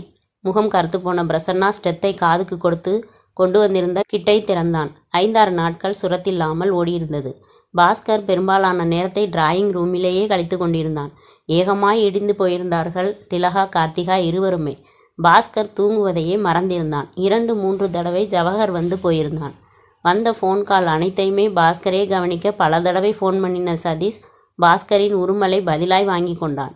எந்நேரமும் வீட்டில் மிக இறுக்கமான மௌனமே நிகழ்ந்து கொண்டிருக்க, அன்றைக்கு பாஸ்கர் பிரஸ்ஸில் இருந்து வந்திருந்த இன்விடேஷன்களை டீபாயின் மேல் பரப்பி வைத்து பார்த்து கொண்டிருந்தான். 5 நாட்கள் கழித்து கல்யாணம் என்று என்கிரேவ் செய்யப்பட்ட எழுத்துக்கள் பொன்னிறத்தில் தெரிந்தது. அந்த சாயங்கால நேரத்தில் திலகா வழக்கம் போல விட்டு அழுது கொண்டிருக்க, கார்த்திகா சலித்து போய் சமாதானம் செய்வதை நிறுத்தியிருக்க, பாஸ்கரை சோபாவினின்றும் எழச் செய்தது பிரியதர்சினியின் தொடர் ட்ரிங் ஓசை. சாவதானமாய் எழுந்து அதை நோக்கி போனான் பாஸ்கர். சமீபித்து ரிசீவரை எடுத்து காதில் வைக்க பதட்டமான ஒரு ஹலோ கேட்டது. Hello, Bhaskar here. அவசரமாய் மறுமுறை சொன்னது. சார், நான் சிங்காரம் பேசுகிறேன். Factory manager Singaram? ஆமாம் சார். சொல்லுங்கள் மிஸ்டர் சிங்காரம். இன்னும் பதட்டம் விடாமல் பேசினார் சிங்காரம். சார், ஃபேக்ட்ரியில் சின்ன ஃபயர் ஆக்சிடெண்ட் ஆயிடுச்சு. கேட்டதும் அதிரல் வாங்கினான் பாஸ்கர். ஃபயர் ஆக்சிடெண்ட்டா? ஆமாம் சார். எப்படி ஆச்சு? பதட்டம் இவனையும் தொற்றி கொண்டது. இண்டக்ஷன் ஃபர்னேஸில் க்ரூசிபிள் ஃபெயிலியர் ஆகிடுச்சு. சர்க்குலேட் ஆகிற கூலிங் வாட்டர் லீக் ஆகி மோல்டன் மெட்டலில் கலந்துடுச்சு. பாயில் ஆகி மெட்டல் சீலிங் உயரத்துக்கு தழும்புது சார். பிரைட் பூராவும் நெருப்பு. மோவாயை தேய்த்து கொண்ட பாஸ்கர் மணி பார்த்தான். 5:15. ஃபயர் சர்வீஸ்க்கு ஃபோன் பண்ணிங்களா? பண்ணியாச்சு சார், ஆனால் அவங்க இன்னும் வரல. சரி, நான் இப்போ வரேன். ரிசீவரை பட்டனா சாத்தினான். திரும்பிய போது கார்த்திகா வந்து நின்றிருந்தாள். என்ன? கார்த்திகா கேட்க, இப்போ மணி 5:15. சரியாக 6:15க்கு திரும்பி வந்துடுவேன். நான் வீட்டில் இல்லாத இந்த 1 மணி நேரத்தில் திலகாவை நீ எங்கேயாவது வெளியே அனுப்பி வச்சா நீ உங்கள் அம்மா வீட்டுக்கு நிரந்தரமாக போயிட வேண்டியது தான். பி கேர்ஃபுல் என்று மட்டும் சொல்லிவிட்டு அவசரத்தனத்தோடு போர்ட்டிகோவுக்கு ஓடி காரில் பரவி ஸ்டார்ட் செய்ய அதிவேகமாய் வெளியேறியது. அவனின் தடபுடலான கிளம்பலால் திகைப்போடு திலகாவும் எழுந்து வந்திருந்தாள். என்ன நீ? திரும்பினாள் கார்த்திகா. ஃபேக்ட்ரியில் ஏதோ ஆக்சிடெண்ட் போல. சரியாக புரியலை என்ற கார்த்திகா சில வினாடி யோசித்து பின் சொன்னாள். நான் உன்னை வெளியே அனுப்பக்கூடாதான். அப்படி அனுப்பி வச்சா நான் நிரந்தரமாக என்னோடய பிறந்த வீட்டுக்கு போயிடணுமா?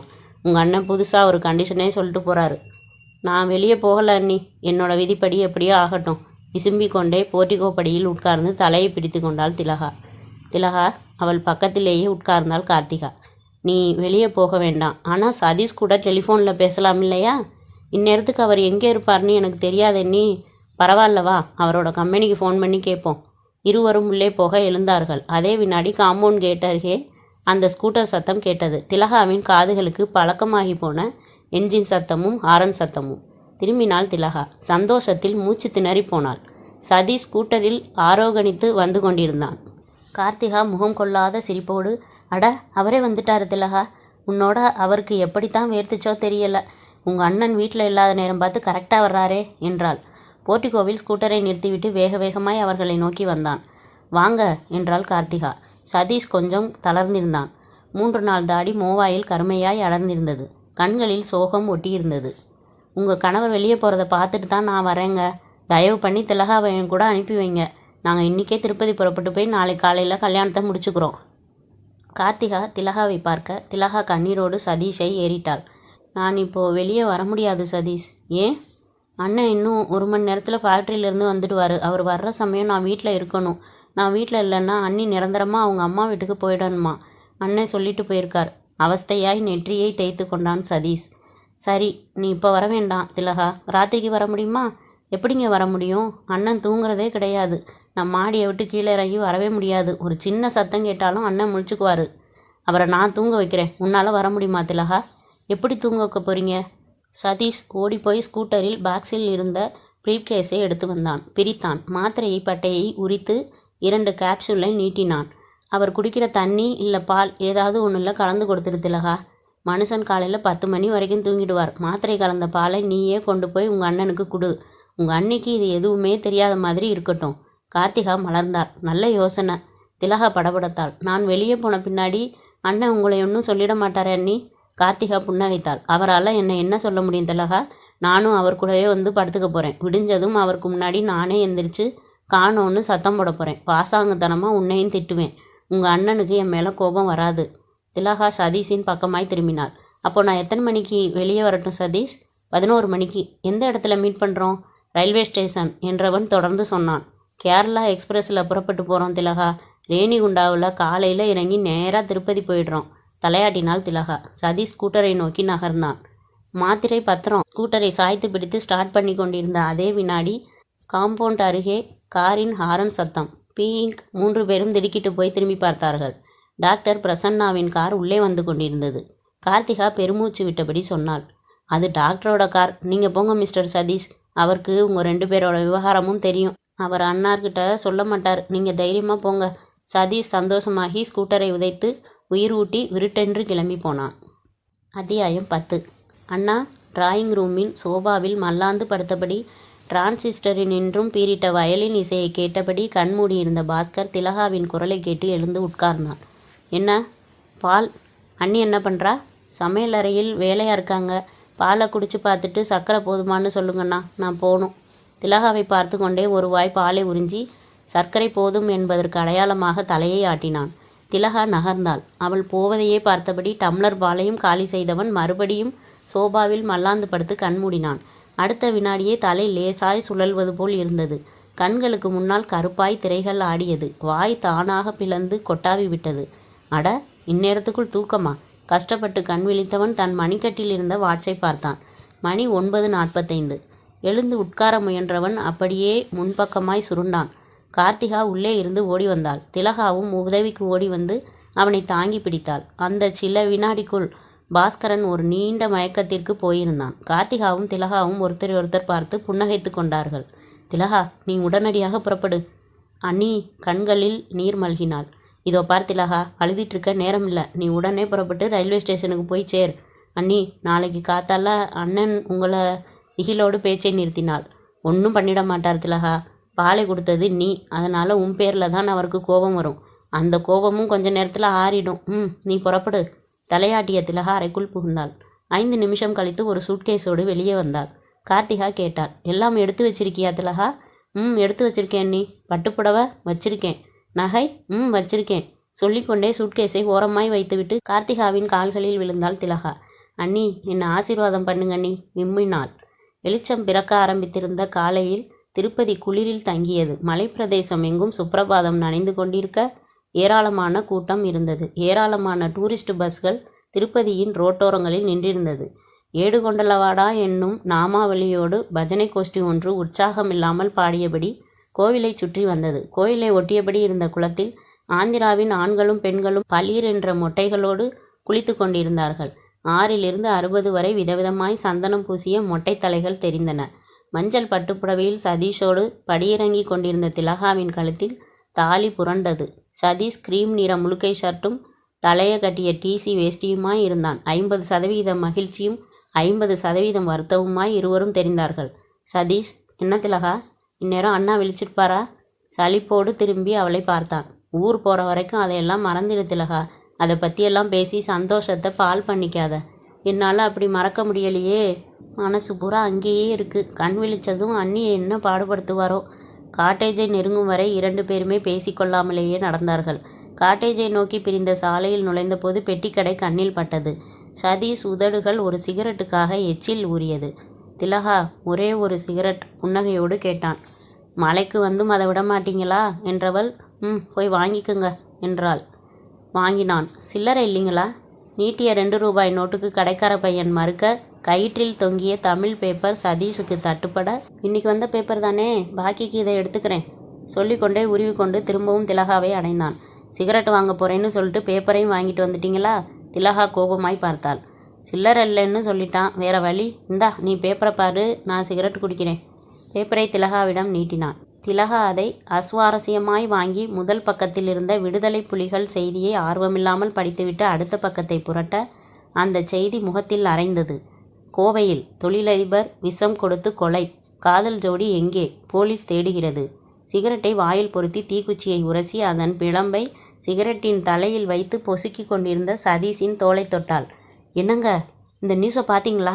சிகரெட் புகைகிற வாயோடு பேப்பரை வாங்கி திலகா சுட்டி காட்டிய நியூஸை பார்த்ததும் முகம் மாறினான். தலைப்புச் செய்திக்கு பின்னால் வந்த செய்தி வரிகளின் மேல் பார்வை வேகமாய் ஓடியது. இது பற்றி கூறப்படுவதாவது: கோவையைச் சேர்ந்த தொழிலதிபர் பாஸ்கர், வயது 31. நேற்றிரவு இவர் மர்மமான முறையில் படுக்கை அறையில் பிணமாய் கிடந்தார்.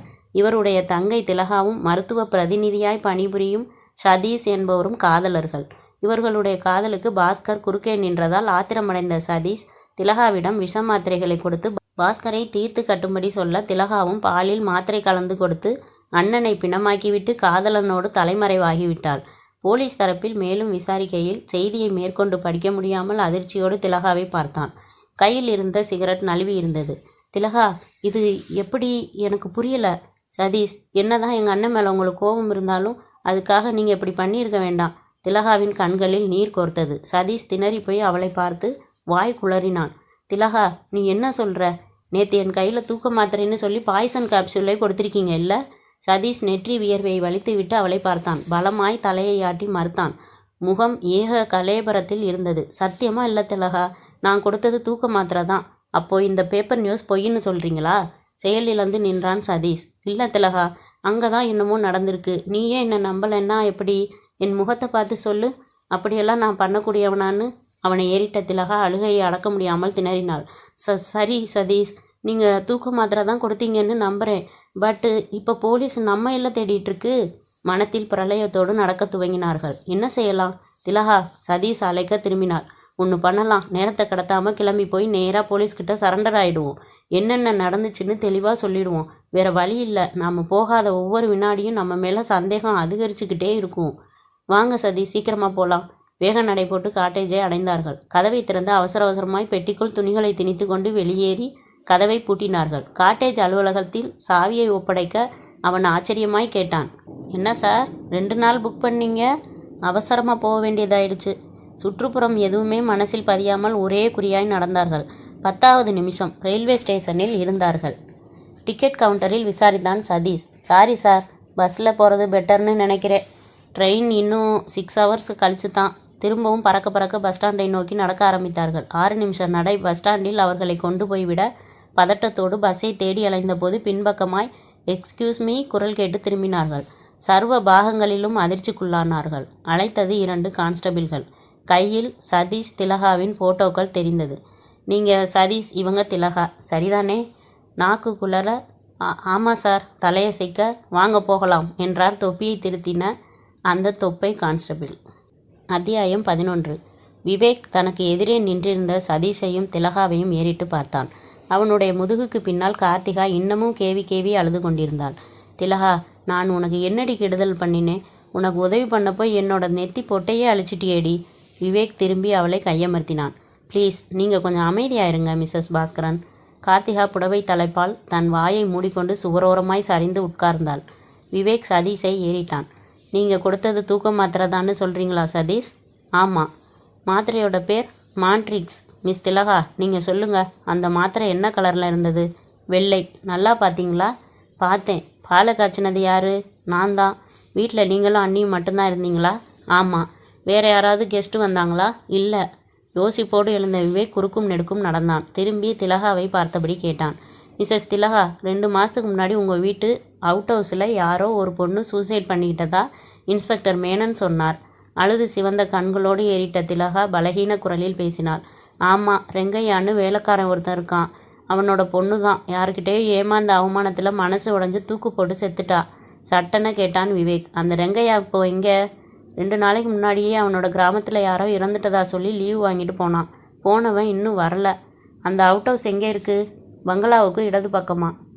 நான் முதல்ல அந்த அவுட் ஹவுஸை பார்க்கணும். அது பூட்டியாக இருக்குது? அநேகமாக பூட்டி தான் இருக்குன்னு நினைக்கிறேன். சாவி ரெங்கையா கிட்ட தான் இருக்கும். போர்ட்டிகோவில் இறங்கி அவுட் ஹவுஸை நோக்கி நடந்தார்கள். தோட்டக்காற்று சில்லென்று முகத்தில் அரைந்தது. போத்தனூர் சந்தையில் விற்கும் அலுமினிய பூட்டு அவுட் ஹவுஸ் கதவை காத்து கொண்டிருக்க விவேக் புன்னகைத்தான். பின் இருக்கா?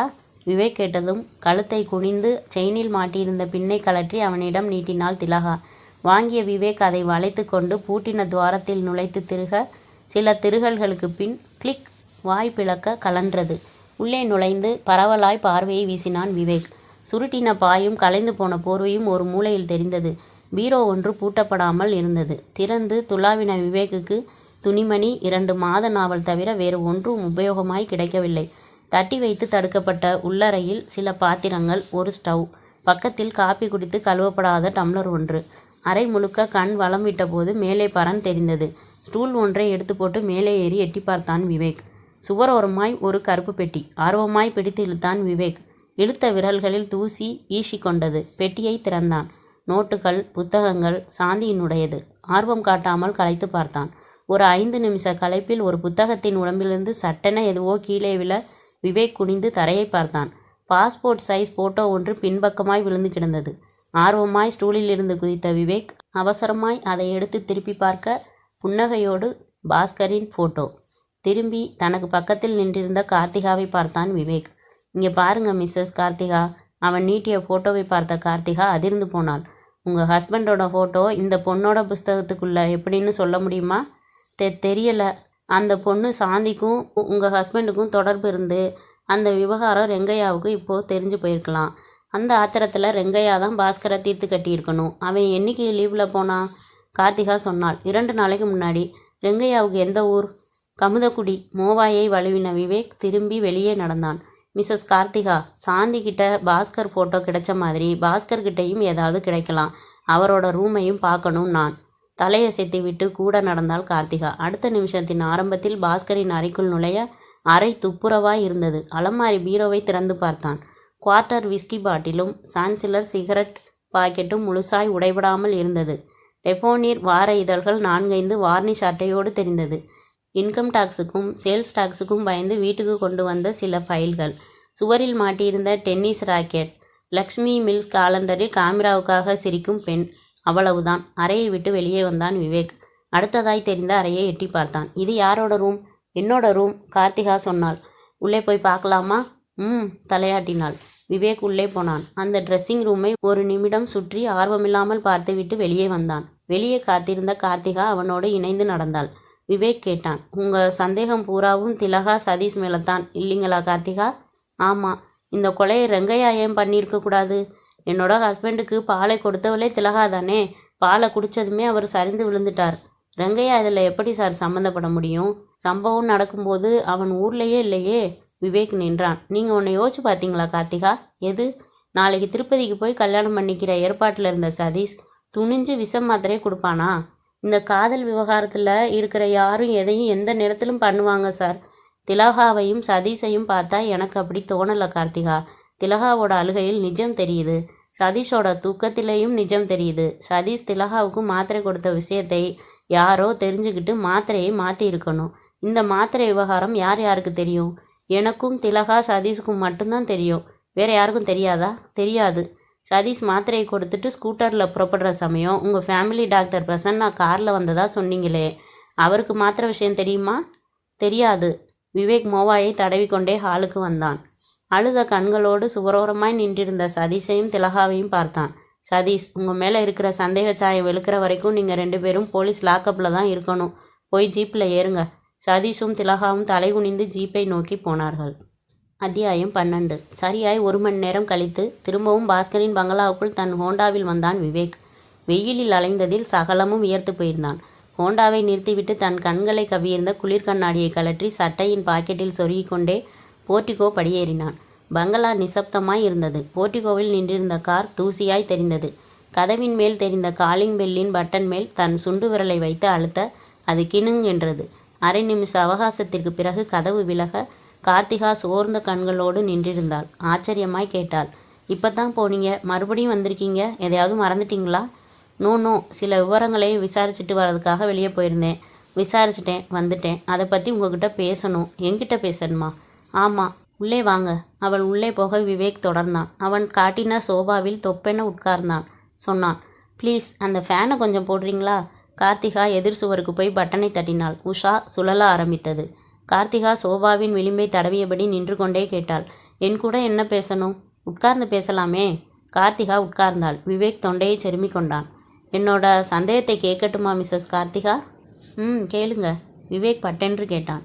எதுக்காக மாத்திரையை மாற்றி வச்சிங்க? திடும் என எழுந்து நின்றாள் கார்த்திகா. முகத்தின் நிறம் தப்பி போயிருந்தது. மாத்திரையை மாற்றி வச்சேனா? என்ன உளர்றீங்க? விவேக் சிரித்தான். நான் ஸ்காட்யார்டு ட்ரைனிங்கில் போலீஸ்மேன். நீங்கள் சொன்ன மாதிரி நான் உளர மாட்டேன். எதுக்காக திலகா கிட்டே இருந்து தூக்க மாத்திரையை எடுத்துக்கிட்டு அதுக்கு பதிலாக விஷ மாத்திரையை வச்சிங்க? உங்கள் ஹஸ்பண்ட் பாஸ்கர் உயிரோடு இருக்கிறதுல உங்களுக்கு என்ன கஷ்டம்? விவேக், நீங்கள் என்ன சொல்கிறீங்க? உண்மையை சொல்கிறேன் கார்த்திகா. 1 மணி நேரத்துக்கு முன்னாடி நான் உங்கள் ரூமில் நுழைஞ்சப்ப பாதி கிளிப்பட்ட இந்த மாத்திரை உரை உங்கள் ரூம் வேஸ்ட் பக்கெட்டில் கிடந்தது. எதையோ பார்க்குற மாதிரி கீழே குனிஞ்சு அதை எடுத்துக்கிட்டேன். பாதி கிளிப்பட்ட அந்த மாத்திரை உரை மூளையில் நைல்ங்கிற 3 எழுத்து மட்டும் தெரிஞ்சுது. அதை எடுத்துக்கிட்டு ஜிஹெச்சில் இருக்கிற டாக்டர் நீலாம்பரனை பார்க்க போனேன். பார்க்க போகிறதுக்கு முன்னாடி புத்திசாலித்தனமாக டெலிஃபோன் எக்ஸ்சேஞ்சுக்கு ஃபோன் பண்ணி உங்கள் வீட்டு ஃபோனுக்கு எந்த ஃபோன் கால் வந்தாலும் அதை கேசட்டில் ரெக்கார்டு பண்ண சொன்னேன். இன்ஸ்பெக்டர் மேனனையும் எக்ஸ்சேஞ்சுக்கு போக சொன்னேன். நான் திலகாவையும் சதீஷையும் ஜீப்பில் போலீஸ் லாக்கப்புக்கு அழைச்சிட்டு போனதும் நீங்கள் சந்தோஷம் தாங்க முடியாமல் டாக்டர் பிரசன்னாவுக்கு ஃபோன் பண்ணி அந்த விஷயத்த சொல்லியிருக்கீங்க. நீங்கள் பேசின அந்த 1 நிமிஷ பேச்சில் உங்களுக்கும் டாக்டர் பிரசன்னாவுக்கும் கடந்த 1 வருஷ காலமாக இருந்துட்டு வந்த இல்லீகல் கான்டாக்ட் வெட்ட வெளிச்சமாயிருச்சு மிஸ்ஸஸ் கார்த்திகா. கார்த்திகாவின் முகம் வெளுத்து போயிருக்க விவேக் தொடர்ந்தான். நீங்களும் டாக்டர் பிரசன்னாவும் சேர்ந்து ஒரே கல்லில் 2 மாங்காய் அடிக்க தீர்மானம் பண்ணி திட்டம் போட்டீங்க. 1, உங்கள் திருட்டு சந்தோஷத்துக்கு இடைஞ்சலாக இருக்கிற பாஸ்கர் சாகணும்.